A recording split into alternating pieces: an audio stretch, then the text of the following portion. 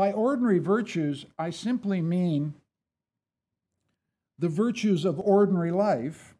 And by ordinary people, I mean you.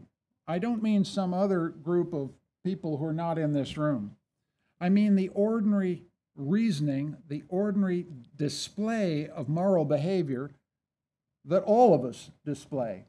And the virtues that I'm looking at were, in a sense, the positive ones: pity, compassion, tolerance, friendliness, forgiveness. I'm interested in those virtues that make for moral order, that keep the show on the road, the microscopic interchanges between human beings that make for a moral world as opposed to a jungle. And everywhere, in every social setting, people are knitting together what I would call the moral operating system of their particular world. And by operating system, I mean it's a metaphor to computers and stuff. All I mean by that is when you turn the thing on, you forget about it. It's a sense of the tacit, the unstated, the implicit. That's what I'm trying to capture by the idea of a moral operating system.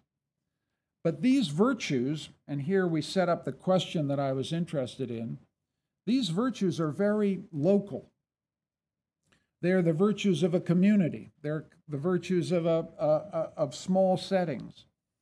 And the question that we went around the world looking at was the relationship between the universal values, I mean, pick one, human rights, and these local virtues. It is commonly assumed that the ordinary virtues are the source of human rights universalism, that it's some basic intuition we have about human beings that allows and structures and undergirds the idea of the universal values, like human rights. I was struck, on the other hand, by something very different, which is that the ordinary virtues and universal values are in much more tension than we like to admit. And a lot of the inquiry that we went over 3 years was looking at that tension in action. And I'll give you some examples of what I mean.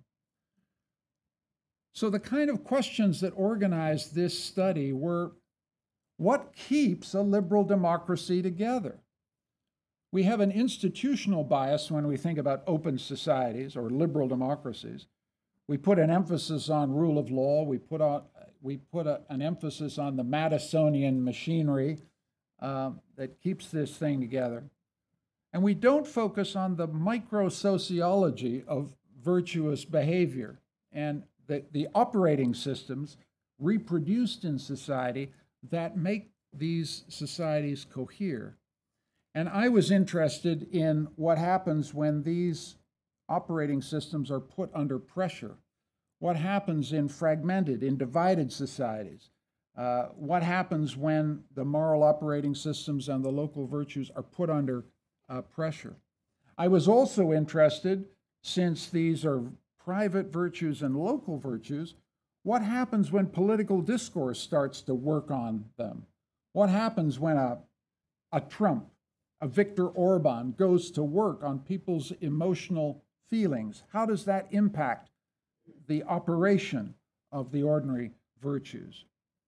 And then this question that I've already suggested, how do we handle the conflict between local virtues and universal values? The universal values of human rights, duties to refugees and strangers, versus the local virtues, which are pride in your nation, pride in your community, preference for us versus preference for them.